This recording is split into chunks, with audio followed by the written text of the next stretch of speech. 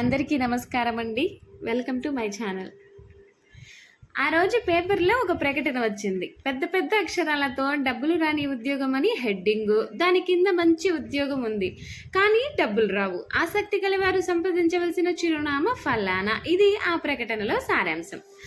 వచ్చే డబ్బులే చాలడం లేనని ఈ రోజుల్లో డబ్బులు రాని ఉద్యోగానికి ఎవరు వెళ్తారులే అనుకుంటే పొరపాటే. ఎందుకంటే ఆ ఉద్యోగం కోసం పోటీ పడి మరీ వచ్చారు. అసలే చిన్న ఆఫీసు, అంత చిన్న ఆఫీసులో ఉద్యోగం కోసం వచ్చిన అభ్యర్థులు నిండిపోవడంతో గాలాడగా ఊపిరి తీసుకోవడానికి కూడా ఇబ్బంది కలిగే పరిస్థితి ఏర్పడింది. ఆ గది నిండిపోవడంతో పాటు ప్రకటన వచ్చిన పత్రికని చంకలో పెట్టుకుని పరుగు పరుగున వస్తున్న అభ్యర్థులని చూడగానే ప్యూన్ గుండె గుబేలు మంది. ఇలా కాదనుకుని వెంటనే ఆ గదిలో ఉన్న అభ్యర్థులందరినీ వరుస క్రమంలో నిలబెట్టే పనిలో చెమటలు కార్చేస్తున్నాడు. అలా వరుస క్రమంలో అనగా క్యూ పద్ధతిలో అభ్యర్థులని నిలబెడితే ఆ క్యూ కాస్త 1 కిలోమీటర్ వరకు వెళ్ళిపోయింది. ఆ క్యూలో నిలబడిన అభ్యర్థుల మొహాలలో ఆ ఉద్యోగం తమకే రావాలని గాఢమైన కోరిక స్పష్టంగా కనిపిస్తుంది. అంతేకాదు, అభ్యర్థులని వరుస క్రమంలో నిలబెడుతూ ఉన్న ప్యూన్ని ప్రలోభపెట్టి తమ బయోడేటాని తొందరగా చేరవేసే పనిలో కూడా కొందరు పడ్డారు. ఒక్కసారిగా తనకి వచ్చిన డిమాండ్కి కార్చిన చెమటంతా ఆవిరైపోయింది. సార్ ప్లీజ్ సార్, నా ముందు వాళ్ళకి కాకుండా నాకు ఉద్యోగం వచ్చేటట్లు చేయండి సార్, ప్లీజ్ సార్, మీ రుణం ఉంచుకోను సార్. ఆ క్యూలో నిలబడ్డ ఓ అభ్యర్థి ప్యూన్ని బ్రతిమలాడుకుంటున్నాడు. అంతేకాదు, ప్యాంటు జేబులో నుండి ఓ 100 నోటు తీసి ప్యూన్ జేబులో కుక్కాడు. తనని సార్ అని పిలిచేసరికి అతని ఛాతీ ఓ 10 ఇంచుల వరకు పెరగాలనుకుంది. కానీ రోజు సాయంత్రం సారాయి తాగేబాడి కాబట్టి 10 ఇంచుల వరకు పెరగలేక ఓ 2 ఇంచులు పెరిగింది. ఆ ప్యూన్ జేబులో 100 నోటు పెట్టడం చూసిన మరో అభ్యర్థి పరుగున ప్యూన్ దగ్గరికి వచ్చాడు. సార్, ఆ ఉద్యోగం నాకు మాత్రమే వచ్చేలా చూడండి సార్. ఇతను మీ జేబులో 100 రూపాయలే పెట్టాడు. నాకు ఆ ఉద్యోగం రావడానికి సహాయపడితే ఇదిగో నేను అంటూ జేబులో నుండి 200 నోట్లను తీసి ఏమాత్రం ఆలస్యం చేయకుండా ప్యూన్ జేబులో కుక్కాడు. అంతే, వారిద్దరి ప్రవర్తనతో అక్కడి వాతావరణం మారిపోయింది. హౌస్ఫుల్ అయిన సినిమా టికెట్ బ్లాకులో అమ్మేవాడికి ఒక్కసారిగా ఎలా డిమాండ్ పెరుగుతుందో అలా అమాంతంగా పెరిగిపోయింది ప్యూన్ డిమాండ్. మరో అభ్యర్థి ఏమీ మాట్లాడకుండా ప్యూన్ జేబులో 300 నోట్లు పెట్టాడు. మరో అభ్యర్థి 400, మరో అభ్యర్థి 5. నోట్లు పెరుగుతూనే ఉన్నాయి. ప్యూన్ జేబు నిండిపోతూనే ఉంది. రాను ప్యూన్ డిమాండ్ స్టాక్ మార్కెట్లో ఒక్కసారిగా దూసుకుపోయే సెన్సెక్స్ మాదిరిగా పెరిగిపోయింది. ఆఫీసు గదిలో జనాల మధ్య ఊపిరాడలేదు ప్యూన్కి ఇందాక. ఇప్పుడు 100 నోట్లతో నిండి ఉన్న తన జేబును చూసుకుంటే ఊపిరాడటం లేదు. అభ్యర్థులందరూ ప్యూన్ చుట్టూ మూగారు. 100 నోట్లతో ఓ జేబు నిండిపోవడంతో ఏమాత్రం ఆలస్యం చేయకుండా అతని రెండో జేబులో 100 నోట్లని కుక్కుకున్నాడు.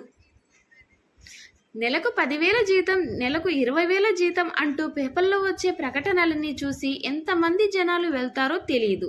కానీ ఈ డబ్బులు రాని ఉద్యోగానికి వచ్చిన అభ్యర్థులతో ఆ వీధి మొత్తం నిండిపోయింది. అంతేకాదు, ప్యూన్ షర్టు ప్యాంటులకి కలిసి ఉన్న మొత్తం 4 జేబులు నిండిపోయాయి. ప్యూన్ ఎంతగానో బాధపడ్డాడు. పాపం, మరో 2 జేబులను ఎక్స్ట్రా కుట్టించుకోలేకపోయానా అని. అయినా ఆ ధైర్యపడకుండా వచ్చే 100 నోట్లని టిఫిన్ బాక్స్లో తెచ్చుకున్న సంచిలో వేసుకున్నాడు. సార్, ఎలాగైనా సరే ఆ ఉద్యోగం నాకే రావాలి సార్. నేను మీకు 600 ఇచ్చుకున్నాను. నా ఉద్యోగం నాకే వచ్చేలా చేయండి సార్. నేను అతనికంటే డబ్బులు 1200 ఇచ్చానండి. ఈ డబ్బులు రాని ఉద్యోగం నాకే ఇప్పించాలి. ఉద్యోగం ఎవరికి వస్తుందో తెలియదు, కానీ ప్యూన్కి మాత్రం డబ్బులతో పాటుగా రిక్వెస్ట్లు కూడా ఎక్కువగానే వస్తున్నాయి. ఆ సంచి కూడా నిండిపోయింది. వచ్చే 100 నోట్ల సంఖ్య పెరిగిపోవడంతో ఏం చెయ్యాలా అని ఆలోచించిన ప్యూన్కి ఓ బ్రహ్మాండమైన ఐడియా తట్టింది. ఒక అభ్యర్థి దగ్గర ఉన్న సెల్ ఫోన్ తీసుకొని అతని భార్యకి ఫోన్ చేశాడు. ఏమే, వెంటనే ఒక ఖాళీ బియ్యం బస్తా తీసుకొని రా అని ఆర్డర్ వేసేశాడు. 10 నిమిషాల్లో అతని భార్య బియ్యం బస్తాతో ప్రత్యక్షమైపోయింది. తమకి తట్టిన మహార్దశని చూసి పొంగిపోతూ బియ్యం బస్తాన్ని తెరిచి పట్టుకుంది. అభ్యర్థులందరూ 100 నోట్లు ఆ బస్తాలో వేస్తూ ఆ ఉద్యోగం ఎలాగైనా తమకే ఇప్పించాలని రిక్వెస్ట్ని ప్యూన్ చెవిలో వేస్తున్నారు. చూస్తూ ఉండగానే బియ్యం బస్తా 100 నోట్లతో సగం నిండిపోయింది. ఆ బస్తాని చూసి ప్యూన్ భార్య ఎంతో ఉప్పొంగిపోయింది. అయితే వారంతా తన భర్తకి అలా విచ్చలవిడిగా 100 నోట్ల రూపాయలని ఎందుకు ఇస్తున్నారో అర్థం కాలేదు ఆమెకి. అదే విషయాన్ని భర్తని అడిగింది, ఏమండి వీళ్ళంతా నీకు పైసలు ఎందుకు ఇస్తున్నారు అని. ఈరోజు పొద్దున్న పేపర్లో డబ్బులు రాని ఉద్యోగం అని ఒక ప్రకటన చూసిండ్రు. ఆ డబ్బులు రాని ఉద్యోగం చేయడం కోసం వచ్చినోళ్లే వీళ్ళు. ఆ ఉద్యోగం ఎట్లాగైనా తమకే వచ్చేలా చేయమని నాకు లంచం ఇస్తున్నారన్నమాట ఆనందంగా చెప్పాడు ఫ్యూన్. అతని మాటలకి బుగ్గలు నొక్కుకుంది ఆవిడ. ఏంది పైసలు రాని పని కోసం వీళ్ళంతా వచ్చిండ్రా? పైసలు రాని పని చేస్తే మీకేం వస్తుందయ్యా అని ఆశ్చర్యపోతూ కొందరు అభ్యర్థులను అడిగింది ఆవిడ. వేరే సమయంలో అయితే ఆమె అలా ప్రశ్నిస్తే విసుక్కునేవారేమో, కానీ తమకి ఉద్యోగం రికమెండ్ చేసే ప్యూన్ భార్య కాబట్టి ఆమెని కూడా అక్కడ డిమాండ్ పెరిగిపోయింది. ఓ అభ్యర్థి పళ్ళన్నీ బయటకు కనిపించేలా నవ్వుతూ అన్నాడు, వెధవది ఈరోజు ఉంది, రేపు వెళ్ళిపోయే డబ్బులు ఎవడికి కావాలండి? శాశ్వతంగా ఉండే ఉద్యోగం ముఖ్యంగా అని అన్నాడు వినయంగా. డబ్బులు రాకపోతే ఎట్లా బతుకుతారయ్యా అంది ఆవిడ ఆశ్చర్యపోతూ. మళ్ళీ పళ్ళికిలిస్తూ, వెధవ బతుకు, ఎట్టాగైనా బతుకొచ్చు. అయినా పెద్దలు ఏమన్నారండి?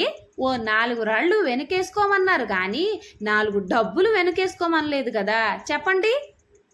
ఇప్పుడు ఈ ఉద్యోగం కనుక నాకు వస్తే ఆ 4 రాళ్ళు వెనకేసుకునే పనిలోనే ఉంటాను వినయంగా అన్నాడు ఆ వ్యక్తి. ఇంతకీ వారి ఉద్యోగం ఏమై ఉంటుందా అనే కదా మీ డౌట్. దేవాలయంలో దేవుడి నగలకు కాపలా ఉండే జాబ్ అన్నమాట అది. ఆ జాబ్ అయితే డబ్బులతో పనేముందండి, మీ పిచ్చి కానీ.